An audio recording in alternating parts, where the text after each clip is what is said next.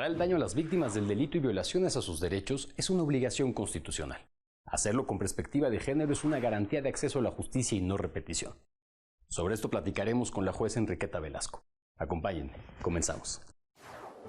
Enriqueta Velasco Sánchez es abogada por la Benemérita Universidad Autónoma de Puebla y maestra en Derecho Privado por la Universidad Iberoamericana. Especialista certificada en Justicia para Adolescentes por la Escuela Federal de Formación Judicial. En Justicia Juvenil Restaurativa por la Academia de la Magistratura del Perú y en Razonamiento Probatorio por la Universidad de Girona en España. Ha cursado estudios de posgrado en la Universidad de Göttingen en Alemania y otros en Puerto Rico y Estados Unidos de Norteamérica. Desde marzo de 2015, es jueza de distrito, especializada en el sistema penal acusatorio. Ha estado adscrita a los Centros de Justicia Penal Federal de Zacatecas, el Altiplano, en el Estado de México y actualmente en Hidalgo. Es integrante de la Asociación Mexicana de Juzgadoras y de la Sociedad Internacional Germano-Latinoamericana de Ciencias Penales, con sede en Weimar, Alemania. Enriqueta, muchas gracias por acompañarnos y bienvenida a tu programa Escuela Judicial. Hola Francisco, es un gusto saludarte a ti y a tu auditorio. El gusto es completamente nuestro. Enriqueta, permíteme por favor comenzar con la pregunta más obvia. ¿Qué es la reparación del daño? La reparación del daño puede entenderse como el resarcimiento de los actos o omisiones que derivan de la comisión de un delito o la violación a derechos fundamentales, que menoscaban o ponen en peligro bienes jurídicos o derechos de una o varias personas. En materia penal, la reparación del daño es uno de los objetivos del proceso. La Constitución mexicana establece que cada vez que haya una sentencia de condena, es decir, que se haya encontrado la existencia de un delito y a una persona penalmente responsable, también tiene que haber condena al pago de la reparación del daño. ¿A cargo entonces de quién estaría la reparación del daño? Bueno, en principio, a cargo de la persona que cometió el daño, ya sea por el hecho delictivo o por la violación a derechos humanos. Sin embargo, el Estado subsidiariamente estaría obligado. ¿Qué pasa en estos casos? Cuando no se obtiene la reparación del daño o no se obtiene de manera completa, la víctima puede solicitar al Estado que termine o complete esta reparación del daño. Es un procedimiento que establece la Ley General de Víctimas. Entonces podríamos pensar o podríamos decir que la reparación del daño es un derecho de las víctimas del delito o de violaciones a derechos humanos. Sí, efectivamente. La reparación del daño es, de hecho, hay una teoría importante desarrollada recientemente en el sistema jurídico mexicano, la moderna teoría de la reparación del daño, que se da a favor de las personas que han sido reconocidas como víctimas. En este caso, la Ley General de Víctimas establece también una distinción o un catálogo, pues, de lo que puede considerarse como víctimas. Tenemos, por ejemplo, las víctimas directas, que son aquellas personas físicas que han sufrido algún daño, menoscabo económico, físico, mental, emocional o en general cualquier puesta en peligro o lesión de sus bienes jurídicos o derechos como consecuencia de un delito o una violación a derechos humanos. También tenemos a las víctimas indirectas. Son los familiares o aquellas personas físicas que tienen a cargo a la víctima o tenían o tienen una relación inmediata con ella, por ejemplo, el padre, la madre. Además, tenemos víctimas potenciales. Estas, y esto es muy importante su reconocimiento, son las personas físicas cuya integridad o derechos peligren precisamente por asistir a las víctimas de tener una violación a derechos humanos, impedir que se cometa un hecho ilícito. La ley hace una distinción bastante amplia, puntual, que significa que se puedan atender de esa manera, con esta identificación, pues de manera más eficiente, qué es lo que requiere cada tipo de víctima precisamente para reparar el daño. También es muy importante y muy breve. Por favor. El reconocimiento de víctimas es muy importante. ¿Quién puede hacer este reconocimiento de calidad de víctima? Primero, la persona juzgadora en materia penal, ya sea en una sentencia que resuelva la controversia, pero también durante el procedimiento. Okay.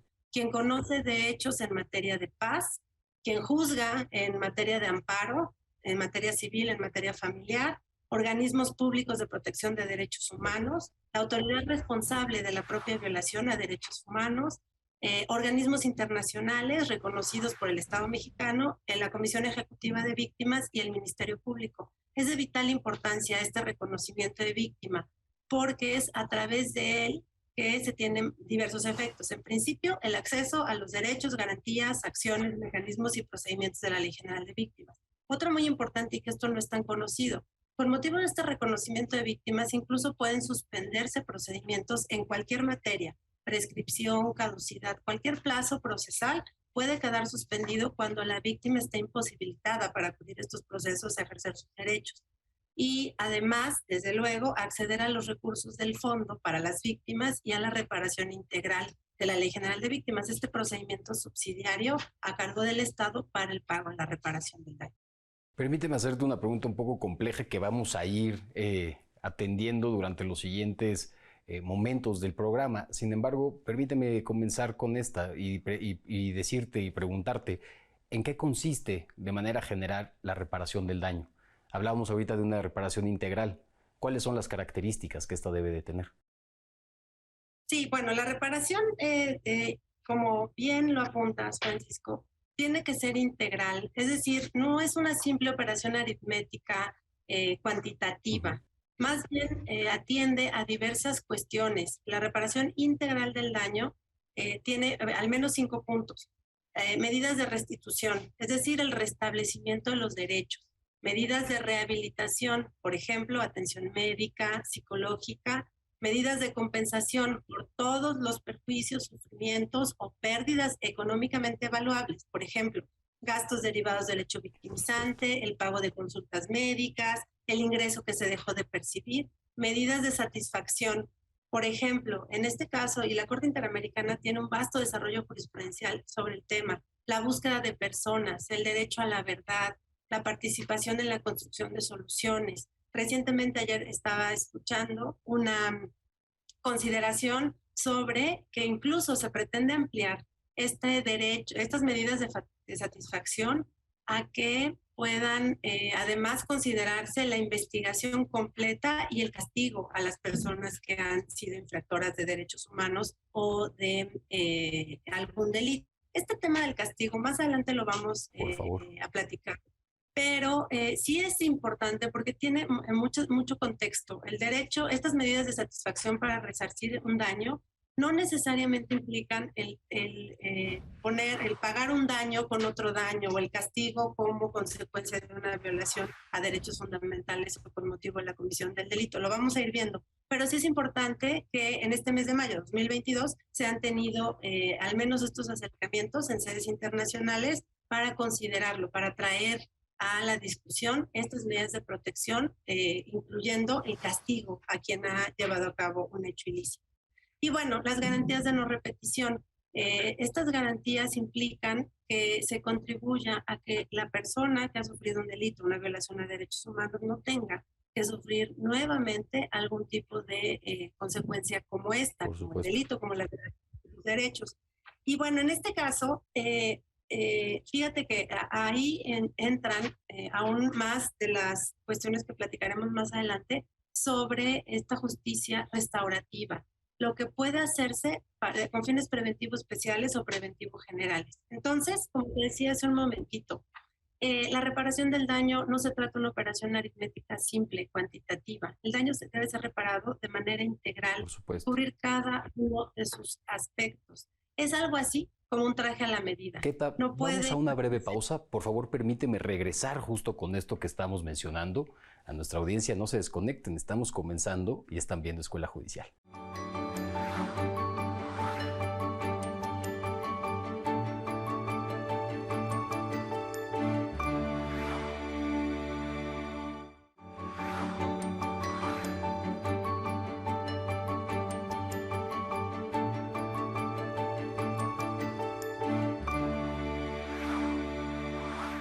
Estamos hablando con Enriqueta Velasco Sánchez, jueza de distrito especializada en sistema penal acusatorio, adscrita al Centro de Justicia Penal Federal con sede en Hidalgo.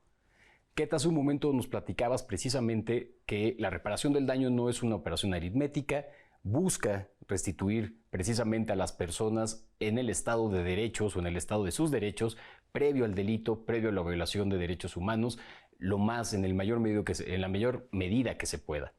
En este mismo contexto, me gustaría preguntarte, ¿en qué consiste entonces una reparación del daño con estos elementos, con estas características, pero diferenciada en atención a la protección de una perspectiva de género? La reparación del daño con enfoque diferenciado en atención al género implica tomar en consideración que en ciertos casos, además de la vulnerabilidad propia de la calidad de víctima, que es indudable e innegable, al haber resentido daños, se suman otras características que ameritan especial protección, por ejemplo, el género. Incluso hay casos en los que, además de víctimas, mujeres menores de 18 años, indígenas sin instrucción escolar, en extrema pobreza, y bueno, una serie de circunstancias que sumadas dan situaciones complejas que requieren un enfoque interseccional diferenciado. Este también está reconocido por la Ley General de Víctimas. De hecho, es uno de los principios de la reparación, el enfoque diferencial y especializado, a través del cual se reconoce la existencia de ciertos grupos de población con características particulares y que tienen mayor situación de vulnerabilidad. ¿Qué implica este reconocimiento? Porque hablamos de mujeres, desde luego, cuestiones de género, hablamos de personas con orientaciones sexuales, hablamos de personas menores de 18 años. Cualquiera que pudiera estar en un enfoque de vulnerabilidad y que te digo, además, a veces sumadas, pues esa vulnerabilidad amerita un especial detalle. Por supuesto. ¿Qué implica este reconocimiento? Bueno, que la reparación también debe ser especializada, que la estrategia que se construya para reparar este daño pues tiene que atender a cada uno de estos espectros de vulnerabilidad. Entonces, esta reparación del daño con enfoque de género se construye a través de una estrategia que permita, como decías, en la medida de lo posible, resarcir las consecuencias negativas de la conducta victimizante, específicamente respecto a la persona que lo cometió. Tratándose de mujeres, resulta indispensable considerar que se trata de un grupo históricamente discriminado, que en muchos casos resienten conductas delictivas o violación a derechos fundamentales, precisamente por su condición de mujeres, por la condición de género, al ser destinatarias de conductas estereotípicas, roles de géneros. Entonces, la reparación del daño tiene que cubrir también esos aspectos. ¿De qué manera pueden entonces las víctimas participar en este diseño de la estrategia para la reparación del daño? Bueno, desde luego acudiendo al órgano jurisdiccional que va a resolver sobre la reparación, porque muchas veces se da una distancia entre las personas justiciables y quienes presidimos audiencia o quienes juzgamos. Sobre todo porque a veces se trata, el solo hecho de asistir a un órgano jurisdiccional ya implica una revictimización, porque no saben a lo que se van a enfrentar, porque tienen miedo de confrontar a quien cometió la violación de derechos humanos o el delito. Entonces, es muy, muy importante este acercamiento con el órgano jurisdiccional, que la persona pueda tener este contacto, esta comunicación. En sistema penal acusatorio hay varios momentos en los que puede llevarse a cabo esta comunicación de las víctimas. Puede ser desde el principio del proceso en sede ministerial para hacer esta comunicación de hechos, sobre todo de las consecuencias de los hechos victimizantes en la persona en particular. Y te digo, por ejemplo, en materia penal, medios alternativos de solución de controversias, suspensión condicional del proceso, acuerdo reparatorio, requieren una participación activa de las víctimas para poder solucionar a través de los medios alternativos, conciliación, mediación o restaurativas, pues cada una de estas soluciones. Esta participación de construcción, ahí no interviene el órgano jurisdiccional, no hay una interacción. Pero sí, por ejemplo, en un procedimiento abreviado, es la víctima quien comparece a deducir cuál es su pretensión de reparación del daño y la garantía, bueno, el monto, la garantía y el pago de esta reparación es un requisito de procedencia. Si no está de acuerdo con lo que se autoriza, la manera en la que se autoriza puede incluso impugnarse en la decisión del jurisdiccional. Pero fíjate, en el juicio... Vamos a una breve pausa para regresar con esto que estamos platicando. Por favor, acompáñenme a ver la reseña de un libro que habla sobre la interpretación constitucional y la protección de los derechos humanos. Esta obra la puedes consultar en la biblioteca de la Escuela Federal de Formación Judicial. Volvemos. Cuestiones jurídicas relevantes de derecho constitucional mexicano. Obra que analiza las funciones de los juzgadores al realizar el control constitucional de los actos emitidos por la autoridad. En este libro, el lector podrá analizar los instrumentos que sirvieron de base para adoptar un nuevo modelo de control constitucional, además de adentrarse en el espectro de la protección de los derechos humanos a partir del año 2011. encontrará temas como la interpretación constitucional de las normas procesales, el contexto constitucional en materia indígena y el interés legítimo en el sistema de justicia mexicano, entre otros. Consulta esta obra. Está disponible en la Biblioteca Felipe Tena Ramírez de la Escuela Federal de Formación Judicial.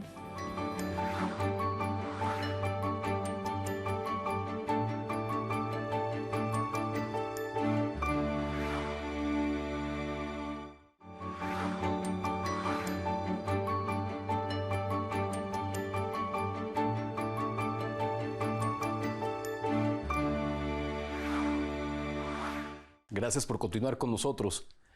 Ket, hace un momento nos platicabas precisamente de qué manera pueden las personas que son víctimas participar en el diseño de la estrategia de reparación del daño y principalmente en estos elementos de construirla con un enfoque diferenciado en razón del género. Para poder continuar hablando sobre esto, me gustaría añadirle un elemento más a esta pregunta. ¿Cuáles son los contextos, los elementos que el órgano jurisdiccional va a tomar en consideración para el diseño mismo de la estrategia? Claro, platicábamos hace un momento que la víctima puede acceder al órgano jurisdiccional porque todos los procedimientos en el sistema mexicano que permiten o que reconocen la legitimación a las víctimas le reconocen esta participación activa. En los juicios es la persona juzgadora que tiene el contacto directo con los hechos, con la víctima, su contexto, con estas declaraciones, con la totalidad del caudal probatorio, que la audiencia de individualización de sanciones y reparación del daño tendría el momento ideal idóneo para poder pronunciarse sobre estos temas. ¿Qué elementos debe tomar? Bueno, en este punto tenemos una herramienta magnífica. La jurisprudencia 22-2016 de la primera sala de la Suprema Corte de Justicia de la Nación. Estos 6 pasos que nos da la Corte nos generan mucha luz porque es precisamente en estos casos en los que identificamos, en primer lugar, hay una situación particular de desequilibrio de la persona frente a los hechos que se han considerado delitos y que ameritan una reparación del daño. Hay casos en los que no, pero es importante que este primer paso no se desvincule del segundo. ¿Cuál es el segundo? El poder desechar cualquier estereotipo o perjuicio de género a fin de visibilizar las situaciones de desventaja, estereotipos, conductas en las que se atribuyen roles específicos. ¿Cuál es el tercer punto? La mayor información posible. Por eso creo que el juicio oral es el momento ideal porque se dispone de todo el caudal probatorio y además, si bien no podemos, los jueces y juezas en materia penal, pedir prueba oficiosamente, sí tenemos oportunidad de tener el contacto con toda la información. Ahora, cuestionando la neutralidad de los hechos y las leyes. En este punto en específico, creo que llegamos al momento más importante de la reparación.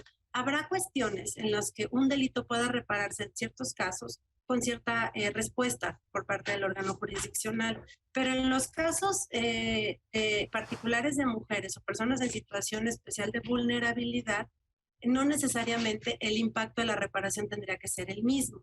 Y bueno, aplicando el bloque de constitucionalidad, todos los derechos humanos, lenguaje apropiado. Este lenguaje apropiado, que es el número 6 del punto del método de perspectiva de género, incluso puede ser parte de las medidas de satisfacción que platicábamos hace un momento.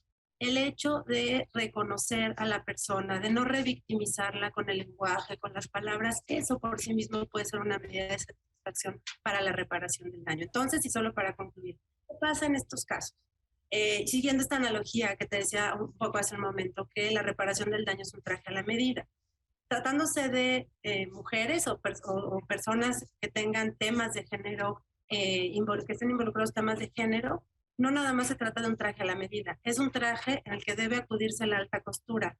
Se requieren surcidos especiales, bordados a detalle, diversas telas, acabados, texturas. Necesitamos un traje personalizado que genere un resarcimiento integral, eficiente, adecuado, desde luego la medida. Por supuesto.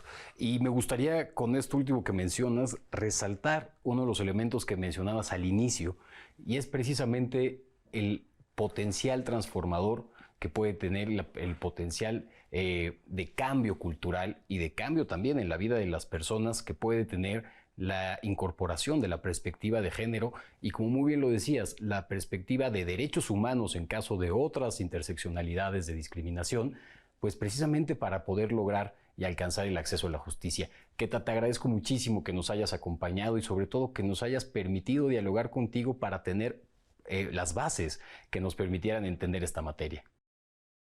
Muchas gracias, Francisco. Al contrario, jueza Enriqueta Velasco Sánchez, jueza del Sistema Penal Acusatorio. A nuestro auditorio, muchas gracias por seguirnos. Les dejamos una dosis de nuestra cultura. Esto fue Escuela Judicial. Nos vemos en la próxima. Les saludo desde el Archivo General de la Nación para invitarles a ampliar sus territorios de placer. Esta vez, a través del patrimonio documental de nuestro país. Vamos a conocerlo. En este lugar son conservados documentos que datan del siglo XVI, los cuales dan cuenta del desarrollo histórico de nuestro país y aportan evidencias de los sucesos más trascendentes. Encontrarán el ejemplar original de la Constitución de 1857, ilustraciones como la de las antiguas máquinas utilizadas en la producción de tortillas, periódicos, fotografías y otros documentos que dan cuenta, por ejemplo, de las aportaciones del reconocido doctor Ignacio Chávez Sánchez, conocido como el padre de la cardiología en México, entre muchos otros temas. El Archivo General de la Nación resguarda más de 50 kilómetros de documentos, lo que equivale a 375 millones de fojas. Todos los documentos en sus diferentes formatos están disponibles para cualquier persona que los quiera consultar. Entre los más solicitados están los relativos a la Inquisición y a la seguridad e inteligencia del México contemporáneo. Pero también encuentran correspondencia de virreyes y otras autoridades, el discurso pronunciado por el rebelde Morelos en la Junta Revolucionaria de Chilpancingo, mapas costeros, planos, ilustraciones, dibujos con temas mitológicos, escudos reales, códices, pinturas, lienzos, manuscritos e infinidad de información. Hasta aquí nuestro recorrido por el Archivo General de la Nación, la Casa de la Memoria Histórica de México.